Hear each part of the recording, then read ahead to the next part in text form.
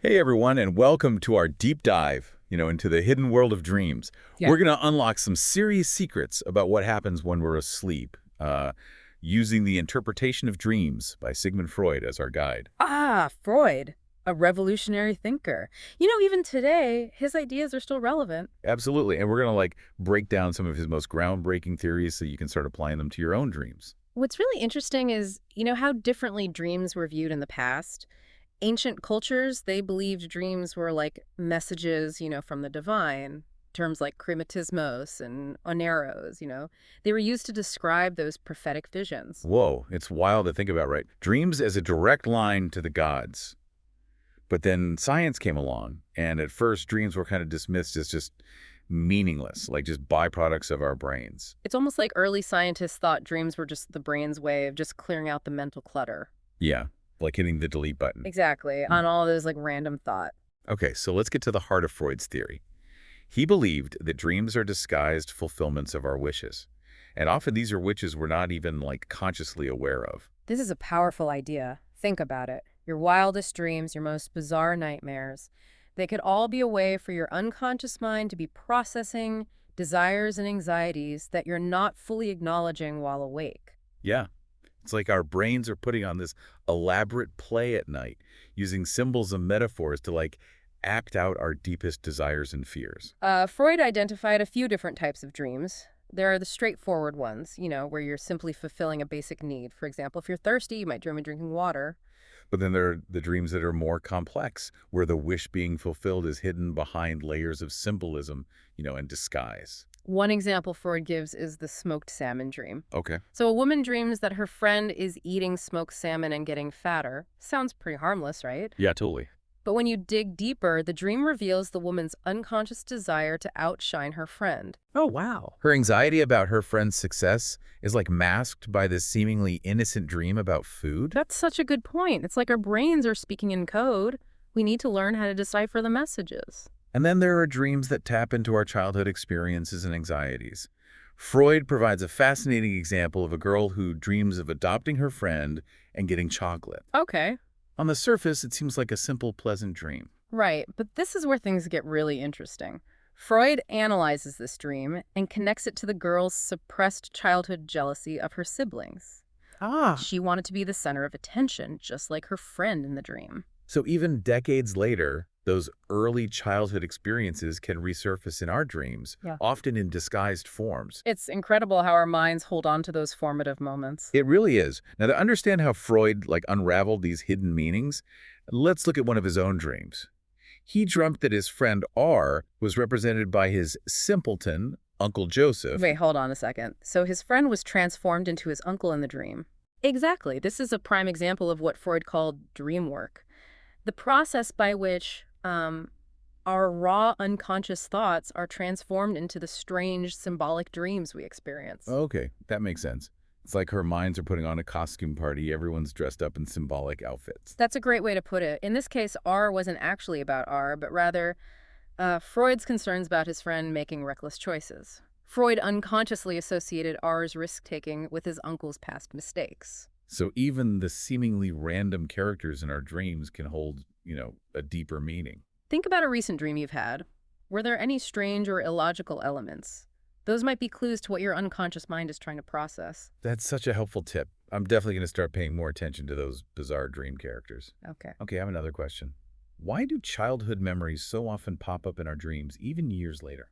This goes back to one of Freud's most controversial theories: the lasting impact of childhood experiences on our adult lives, especially those related to what he called the Oedipus complex. Whoa. Okay, let's unpack this. The Oedipus complex. I've heard of it, but I'm not sure I fully understand it. In simple terms, the Oedipus complex describes a child's unconscious desires for the parent of the opposite sex and feelings of rivalry with the parent of the same sex. Okay, I see. And Freud believed these early desires could resurface in disguised forms in our adult dreams. Precisely. He argued that family dynamics and early relationships play a significant role in shaping our unconscious desires, which then find expression in our dreams. This is getting really deep. So are you saying that even seemingly innocent dreams about our families could be hinting at these complex unconscious desires? It's definitely something to think about. One of the most striking examples Freud gives is the burning child dream. Okay. A father dreams that his deceased child is approaching him, burning. Oh my gosh, that sounds terrifying. It seems like a pure anxiety dream, a nightmare. It does, doesn't it?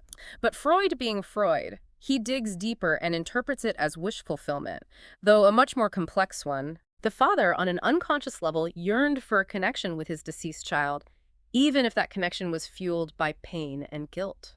That's so profound and so heartbreaking. It shows how dream interpretation isn't about taking things at face value, but about peeling back the layers to understand, like, the deeper motives. And this is where the fascinating world of dream symbols comes in. Have you ever noticed how certain objects or situations often have like consistent symbolic meanings in dreams? You mean like how a house often represents the body or a journey symbolizes life's path? Exactly. Freud even saw connections between these dream symbols and those found in myths, folklore, and everyday language. Oh, wow. So are you saying our dreams are tapping into some ancient primal language of symbols? It's a fascinating possibility, isn't it? Okay, let's get practical here. Can you give us an example of how Freud actually interpreted a dream using symbols? Let's look at the woman with the hat dream. Okay. In this dream, a woman sees herself in a crowd being watched by military officers. Strangely, her hat has its side pieces hanging down. And what did Freud make of that? It sounds like something out of a surrealist painting.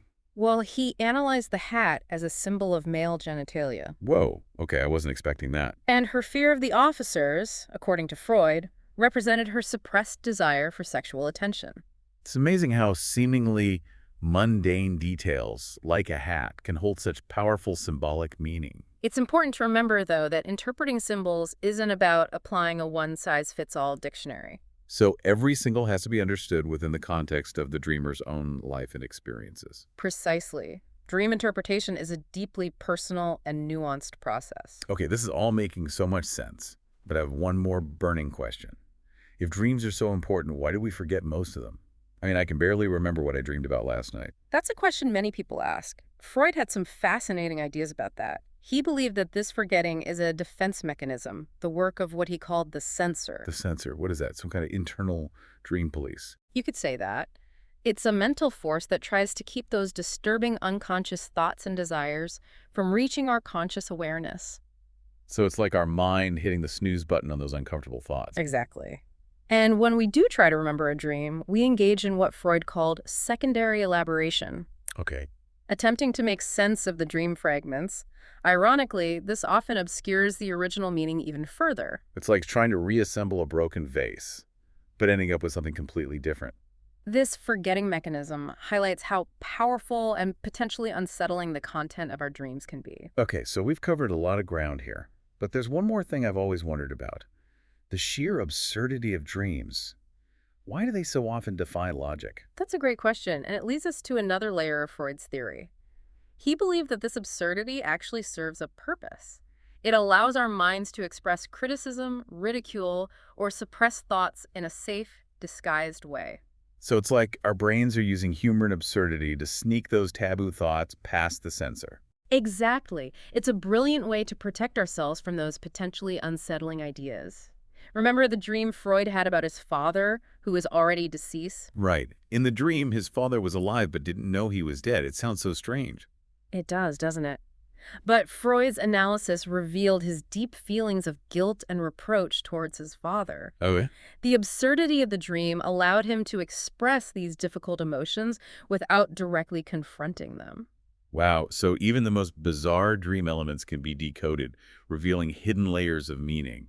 This is the heart of dream interpretation. It gives us a glimpse into the depths of our own minds. It allows us to understand ourselves in a way that we might not be able to while awake. This is seriously mind-blowing. But Yeah. wait a second.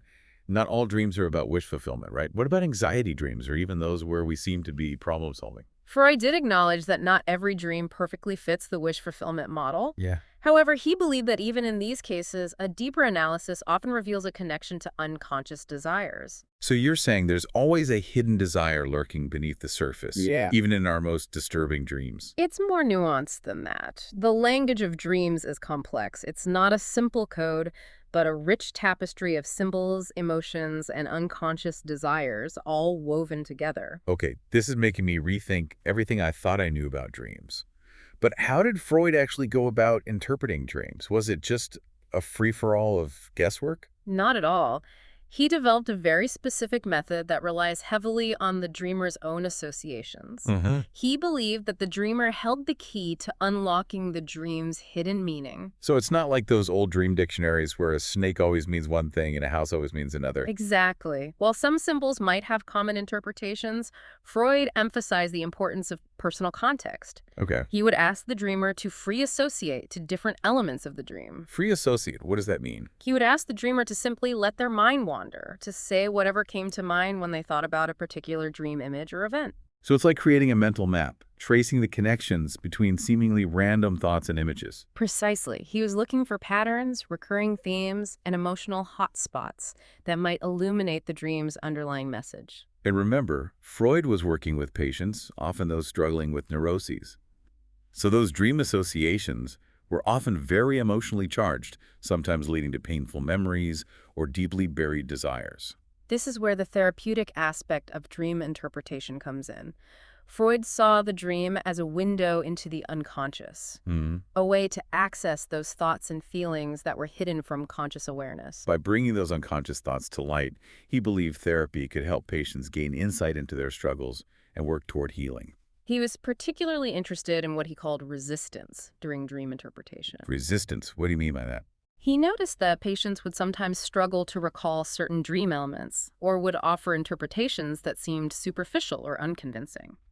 He saw this resistance as a sign that those particular elements were likely connected to deeply repressed thoughts or desires. So it's like the mind putting up a protective barrier, trying to keep those uncomfortable truths hidden. Exactly. And by gently working through that resistance, by encouraging the patient to delve deeper into those difficult associations, Freud believed it was possible to unlock the dream's true meaning and gain valuable therapeutic insights. It sounds like a delicate process, almost like archaeological excavation, carefully uncovering layers of meaning. And sometimes those layers would lead back to the very bedrock of childhood. Right, we talked earlier about the power of early childhood experiences to shape our adult dreams. One example is Freud's analysis of a dream about a woman receiving a fur coat. Okay, On the surface, the dream seems quite mundane. it does. But I bet there's more to it than meets the eye. Right. Through free association, Freud uncovers a web of connections that link the fur coat to childhood memories of sexual curiosity, repressed desires, and a complex relationship with her father. Wow. So a single dream element, like that fur coat, can become a thread that unravels a whole tapestry of unconscious meaning. Precisely. And this highlights another important concept: displacement. Okay, explain displacement. What does that mean in the context of dreams? It means that the dream shifts the emphasis away from the truly important elements, disguising them behind seemingly trivial details. So it's a bit like a magician's sleight of hand, diverting our attention while the real magic is happening elsewhere. Exactly. The dream work is a master of misdirection, and it's the job of the interpreter to see through those tricks and identify the truly significant elements. So to sum up, Freud's method of dream interpretation is all about delving into the dreamer's personal associations, exploring those emotional hotspots, recognizing those instances of resistance and displacement, and ultimately uncovering the underlying dream thoughts. It's a fascinating process, but as you might imagine, it's not without its critics. Yeah, so let's talk about those criticisms. Yeah. I know not everyone buys into Freud's theory of wish fulfillment. One of the main criticisms is that Freud's theory is too focused on sexuality, particularly infantile sexuality, as the driving force behind dreams. So critics argue that dreams can be about much more than just repressed sexual desires. Exactly. And they also point out the subjective nature of dream interpretation. In other words, who's to say what a symbol truly means? It seems like it could easily become a game of believe what you want. This raises an important question about the validity and scientific rigor of dream interpretation. That's a valid point. So how do we reconcile Freud's ideas with these criticisms? Freud himself acknowledged that dream interpretation is an art as much as a science. He believed it required intuition, empathy, and a deep understanding of the human psyche. He even compared the skill of a dream interpreter to that of a detective, carefully piecing together clues to solve a mystery. Precisely. So while there might be limitations to his approach, there's no denying that Freud revolutionized our understanding of dreams. He sparked countless debates and inspired generations of psychologists to explore the hidden depths of the human mind. Absolutely. His work laid the foundation for modern dream research and continues to intrigue and fascinate us today. Okay, let's shift gears for a moment. We've talked about the symbolic meaning of dreams, but what about those dreams that seem to defy logic, where time jumps around and events unfold in a totally nonsensical way? Well, Freud had some thoughts about that too. He believed that the dream work often uses a process called condensation. Condensation. Is that like when my clothes shrink in the dryer? Not quite. In the world of dreams, condensation refers to the way that multiple thoughts, ideas, or even people can be combined or compressed into a single dream image or event. Oh, I see. So it's like our minds are packing a whole suitcase full of thoughts and emotions into a single dream image. Exactly. It's like stuffing a week's worth of laundry into a tiny travel bag. And that's why dreams can feel so disorienting and overwhelming at times. It's like trying to follow a conversation where everyone's talking at once. That makes total sense. It's no wonder our dreams can feel so chaotic. So how do we even begin to unpack all those condensed meanings? Yeah, good question. That's where the challenge of dream interpretation comes in. Right. We need to disentangle those multiple meanings and trace them back to their original sources in our thoughts and experiences. So it's not just about deciphering symbols, but also about recognizing these strange fusions and compressions that occur in the dream world. Precisely. And this process of condensation is often intertwined with another technique used by the dream work, displacement, which we talked about earlier. Ah, yes, displacement, where the dream shifts emphasis away from important elements. Exactly. And sometimes this displacement involves shifting the emotional charge from one thought or idea to another, often a seemingly insignificant one. So something that might be emotionally neutral in waking life could become a source of anxiety or excitement in a dream. That's right. It's why those seemingly random or trivial details in a dream can be so important. They might hold the key to unlocking the true emotional core of the dream. It's like those Where's Waldo pictures, where the most insignificant details can suddenly become crucial clues. That's a great analogy. Now, speaking of clues, Freud also paid close attention to the way dreams represent time. Right, because dreams often seem to jump back and forth in time, mixing past, present, and even future events into a single narrative. Exactly. Freud believed that dreams generally lack a clear sense of chronological order. He argued that time in dreams is more about emotional significance than actual linear progression. So a childhood memory might appear right next to a current worry because they both carry a similar emotional weight for the dreamer. Precisely. It's not about when something happened, but about how it makes the dreamer feel. This explains why dreams can be so emotionally powerful. They can tap into those deep wells of emotion that might be buried beneath the surface of our waking lives. Exactly. And sometimes those emotions find expression in the most peculiar ways. For instance, Freud noticed that dreams often utilize reversal or inversion. Reversal. You mean like rewinding a videotape? Not quite. In dreams, reversal might involve turning something into its opposite, switching roles, or even changing directions. So someone who feels powerless in waking life might dream of being incredibly strong or influential. Precisely. And this reversal can sometimes serve as a form of wish fulfillment, allowing the dreamer to experience, even momentarily, a complete flip of their waking reality. Or it could be a way of expressing ambivalence, where the dream presents both sides of a conflict or desire. That's a good point. Dreams often reflect the complexities of our inner lives. Now, remember how we talked about how dreams often use symbolism to represent abstract ideas or emotions? Of course, we talked about how houses can represent the body, journeys symbolize life, and water can signify the unconscious or emotions. Right. And recall that dream where the woman's hat symbolized male genitalia. Oh yeah, that was a wild one. That's a great example of how dreams use symbolic language to represent things that might be difficult or taboo to express directly.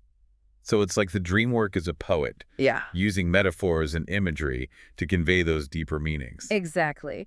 But remember, interpreting symbols requires careful attention to the dreamer's personal associations and the overall context of the dream. Because a snake might mean one thing to one person and something completely different to another. Precisely. It's all about understanding the unique language of the individual dreamer. I'm starting to realize how much depth and complexity there is to dream interpretation. It's truly fascinating.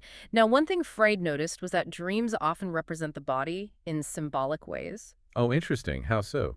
He found that houses, rooms, and even landscapes can be symbolic representations of the dreamer's own body. So a dream about a leaky roof might represent a physical ailment or emotional vulnerability. Exactly. And a dream about exploring a dark, mysterious cave might represent a journey into the depths of the unconscious mind.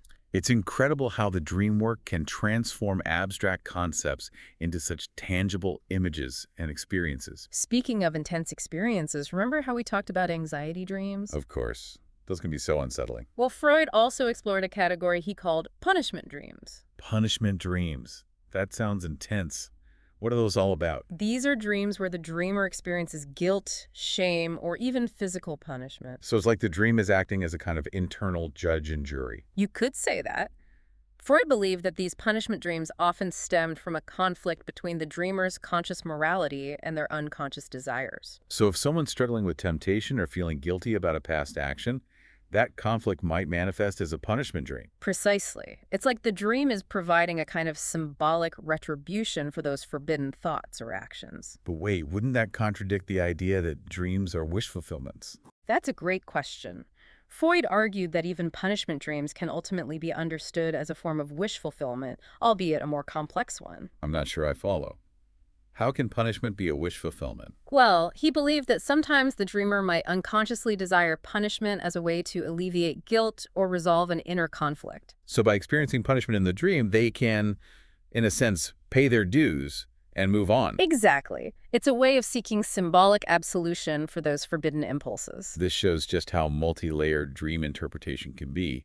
It's not always about simple wish fulfillment, but about understanding the complex interplay of desires, anxieties, and moral conflicts that shape our inner world. And that's why dream interpretation is an ongoing process of discovery, a journey into the depths of our own minds. Speaking of journeys, what about those dreams where we're flying, falling, or being chased? Are those just random neurological firings, or do they hold a deeper meaning? Freud, of course, believed they did. He saw these common dream themes as symbolic representations of deeper psychological processes. So flying isn't just about defying gravity, but about something more symbolic. Exactly. Freud often interpreted dreams of flying as representing a sense of freedom, power, or even sexual liberation. So someone who feels constrained or restricted in waking life might dream of soaring through the air as a way to symbolically transcend those limitations. Precisely. It's like the dream is giving them a taste of what it feels like to break free from those constraints. Okay, that makes sense. And what about falling dreams? Those can be pretty terrifying. Freud saw falling dreams as often representing a loss of control, a fear of failure, or even a sense of insecurity. So someone who's going through a major life change or feeling overwhelmed might dream of falling to symbolize those anxieties about instability or vulnerability. Exactly. It's like the dream is externalizing those internal feelings of uncertainty and fear. And what about being chased?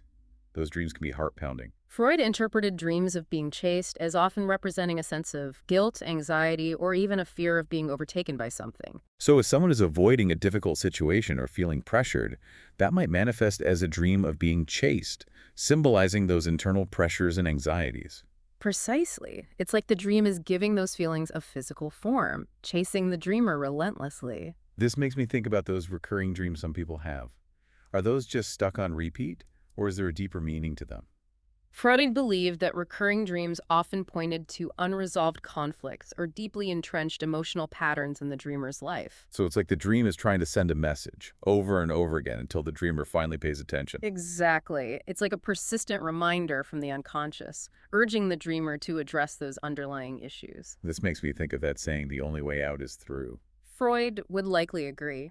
He believed that by facing those difficult emotions and working through those unconscious conflicts, we could achieve greater psychological health and well-being. And dream interpretation, according to Freud, was one way to illuminate those hidden pathways of the mind. It's a tool for self-discovery, a way to unravel the mysteries of our own inner world. But as we've discussed, it's not a simple process. No. It requires patience, self-reflection, and a willingness to delve into the sometimes unsettling depths of our unconscious minds. It's a journey that requires a skilled guide, and often the best guide is the dreamer themselves. And while Freud's theories might not hold all the answers, there's no denying that he opened up a fascinating and enduring conversation about the meaning and significance of dreams. A conversation that continues to intrigue, challenge, and inspire us to this day. And on that note, we're going to pause here for a moment. But don't worry, we'll be back soon with more insights from Freud's The Interpretation of Dreams. Stay tuned. Welcome back, Dream Explorers.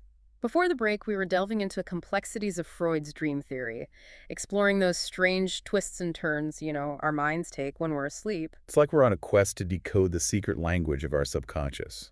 We've talked about wish fulfillment, symbolism, and even punishment dreams. And we've started to unpack how those seemingly nonsensical dreams, with their jumps in time and bizarre imagery, can actually make sense when we consider concepts like condensation and displacement. It's amazing how much depth and detail there is to dream interpretation. I'm starting to see my own dreams in a whole new light. That's the power of Freud's work. It gives us a framework for understanding those mysterious nocturnal adventures. But before we go any further, let's address something important. You mean those criticisms we touched on earlier? The idea that Freud's theories are too focused on sexuality, or that dream interpretation can be too subjective. Exactly. It's crucial to acknowledge these critiques and to approach dream interpretation with a critical and open mind. Not every dream neatly fits into Freud's model, and there's always room for alternative interpretations. So we should be cautious about applying Freud's theories as a one-size-fits-all approach to dream interpretation. Absolutely. Remember, every dream is unique to the individual. There's no universal dream dictionary. Okay, that makes sense. So how can we balance Freud's insights with a more nuanced and personalized understanding of dreams? That's where the role of a skilled therapist or dream interpreter can be helpful. You mean someone who can act as a guide, helping us navigate those murky waters of the unconscious? Exactly. A good therapist won't impose their own interpretations, but will help you explore your own associations, recognize patterns, and ultimately arrive at your own understanding of the dream's meaning. It's like having a Sherpa guide you through the Himalayas, pointing out potential dangers and helping you find the best path forward. But ultimately, it's you who makes the ascent. Precisely. The therapist acts as a facilitator, creating a safe and supportive space for you to delve into those deeper layers of your psyche. This makes me think about those people who swear by dream journals.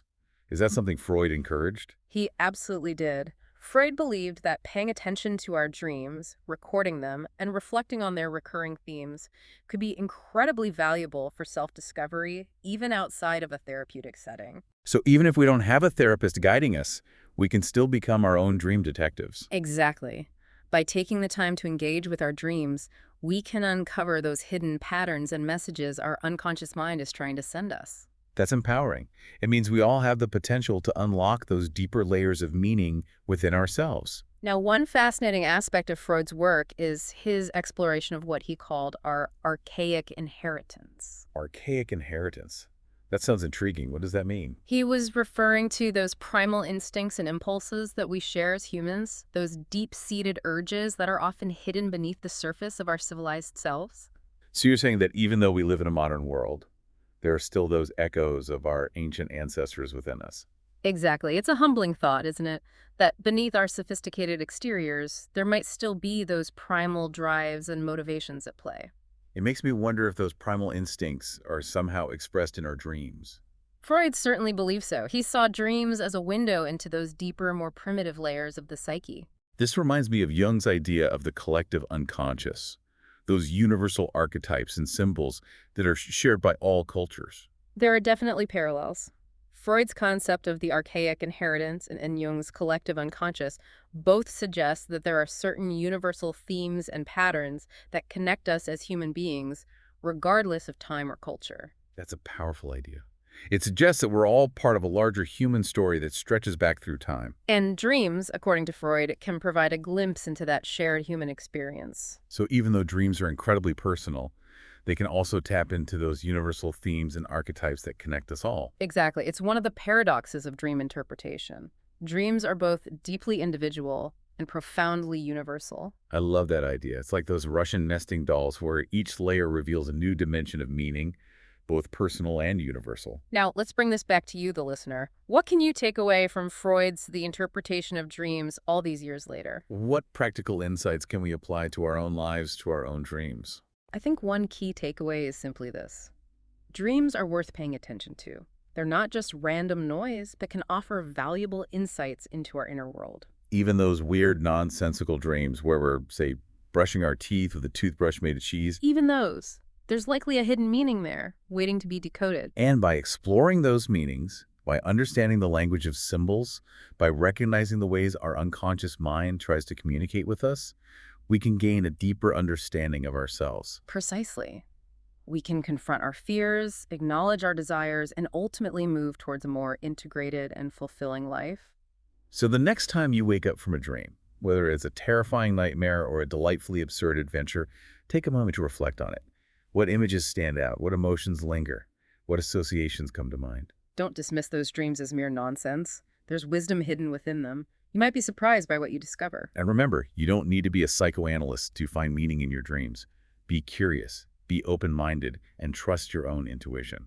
The answers, as Freud would say, lie within. Now, before we wrap up our deep dive into Freud's fascinating world of dream interpretation, I want to circle back to something we discussed earlier. We've talked a lot about the symbolic language of dreams, but what about the actual process of interpreting those symbols? Right. It's one thing to recognize that a house might symbolize the body or that a journey might represent life's path. But how do we actually apply those interpretations to our own dreams? That's what I'm curious about. It seems like it could easily become a game of believe what you want. How do we know if we're interpreting the symbols correctly? This is where things get tricky, and it's why having a skilled therapist or dream interpreter can be helpful. But even if you're working on your own, there are some key principles you can keep in mind. Okay, so give us some tips. How can we become better dream interpreters? First, remember that context is everything. A symbol's meaning can change depending on the dreamer's personal experiences and associations. So a snake might represent something completely different for someone who grew up in the Amazon rainforest compared to someone who's terrified of snakes. Exactly. Your own unique life experiences and cultural background will shape how you interpret dream symbols. Okay, that makes sense. So how do we uncover those personal associations? One helpful technique is free association, which we talked about earlier. Right, where you let your mind wander and see what connections emerge. Exactly. When you encounter a symbol in your dream, take some time to jot down whatever thoughts, feelings, or memories come to mind. Don't censor yourself. Just let the words flow. It's like creating a web of associations, seeing what connections emerge organically. Another tip is to pay attention to the emotions you feel in the dream. Because emotions are often the key to unlocking the dream's deeper meaning. Precisely. How did you feel when you encountered that snake in your dream? Were you terrified, fascinated, curious? Your emotional response can provide valuable clues about the symbol's significance for you. That's so helpful. I'm starting to realize how much detective work goes into dream interpretation. It really is a process of uncovering clues and piecing together the puzzle. Another tip is to look for patterns and recurring themes in your dreams. You mean if I keep dreaming about being chased, there might be a deeper message there I need to pay attention to. Exactly. Recurring dreams often point to unresolved conflicts or deeply entrenched emotional patterns in your life. They're like a persistent message from your unconscious urging you to address something important. Okay. I'm definitely going to start paying more attention to those recurring dreams now. Any other tips? Consider the overall context of your life. What's been happening recently? Are you going through a major life change, facing a difficult decision, or struggling with a particular relationship? So our waking life experiences can provide valuable clues for interpreting our dreams. Absolutely. Dreams often reflect the anxieties, hopes, and concerns we're grappling with in our daily lives. This is making me think about how dreams seem to jumble up time. We talked earlier about how a childhood memory might appear alongside a current worry because they both carry similar emotional weight. Right. Time in dreams is often fluid and nonlinear. It's not about chronology, but emotional relevance. So a dream might bring together elements from different periods in our lives because they're all connected by a common emotional thread. Exactly. It's like the dream is creating a collage of images and experiences that capture the essence of a particular emotional state or conflict. This is also fascinating. I feel like I'm finally starting to understand how to approach my dreams with more curiosity and insight. That's wonderful to hear. Remember, dream interpretation is a journey, not a destination. There's no right or wrong way to do it.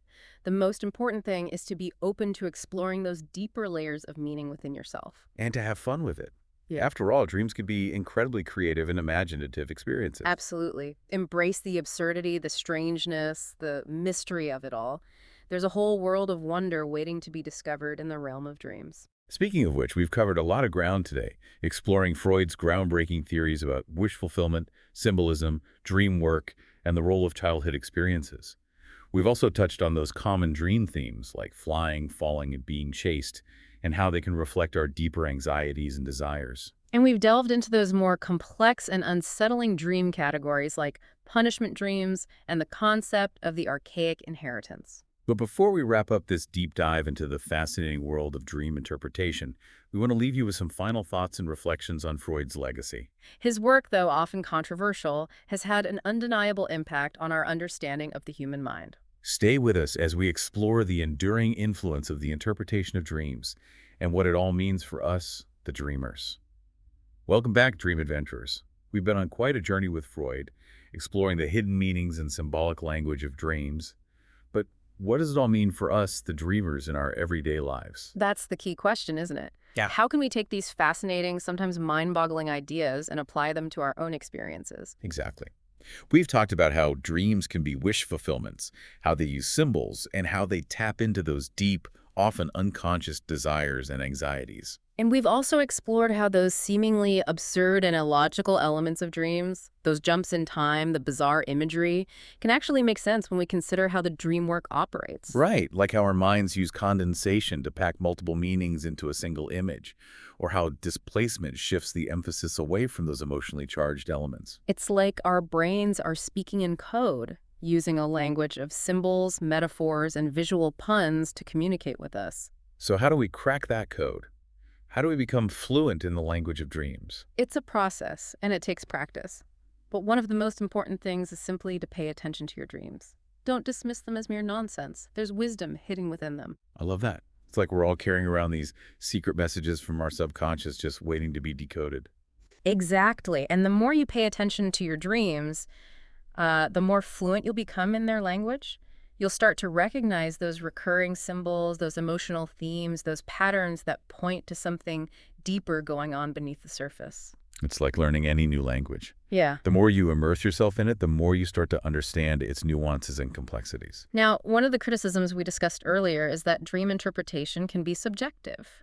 Right. How do we avoid projecting our own biases and assumptions onto our dreams? That's a great question. It's definitely something to be mindful of.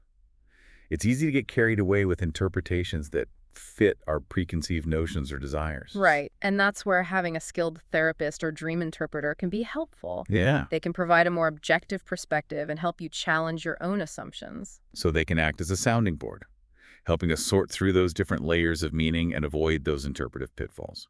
Exactly. They can also help you recognize those instances of resistance, those dream elements that you might be unconsciously avoiding or downplaying. Because those resistant elements often hold the key to unlocking the dream's true meaning. Precisely. It's like those locked rooms in a mystery novel. They're often the ones that contain the most crucial clues. Okay, that makes a lot of sense. But what if we're not working with a therapist? Are there any tips for interpreting our dreams on our own? Absolutely. One helpful technique is to simply ask yourself some questions about the dream. Like what kind of questions? Start with the basics. What were the main symbols in the dream? What were the emotions you felt? What were the key actions or events? So kind of like creating a dream journal entry where you capture those key details and impressions. Exactly. And then once you have those details down, you can start asking yourself, what personal associations do I have with these symbols? What might they represent in my life? How do those emotions connect to my current experiences or concerns? It's like we're playing detective, piecing together the clues and searching for those hidden connections. Precisely. And remember, there's no right or wrong answer. Trust your intuition.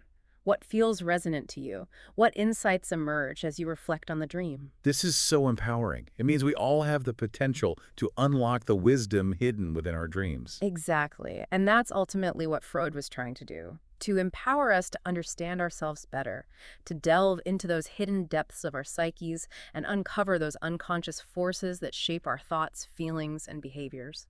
His work, even with its limitations and controversies, has had an undeniable impact on our understanding of the human mind. He sparked a revolution in psychology, challenging traditional views of consciousness and opening up a whole new world of exploration into the realm of the unconscious. And his ideas about dreams continue to fascinate and intrigue us today.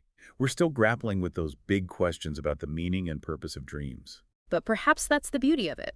The mystery, the enigma of dreams keeps us exploring, keeps us curious, keeps us delving deeper into those uncharted waters of our own minds. And who knows what treasures we might find along the way. So, dear listeners, we encourage you to embrace the world of dreams. Pay attention to them, explore them, and let them guide you on a journey of self-discovery. Remember, the answers, as Freud would say, lie within. Thank you for joining us on this deep dive into the fascinating world of dream interpretation. We hope you've enjoyed the journey and that you'll continue to explore the mysteries of your own dreams. Sweet dreams, everyone.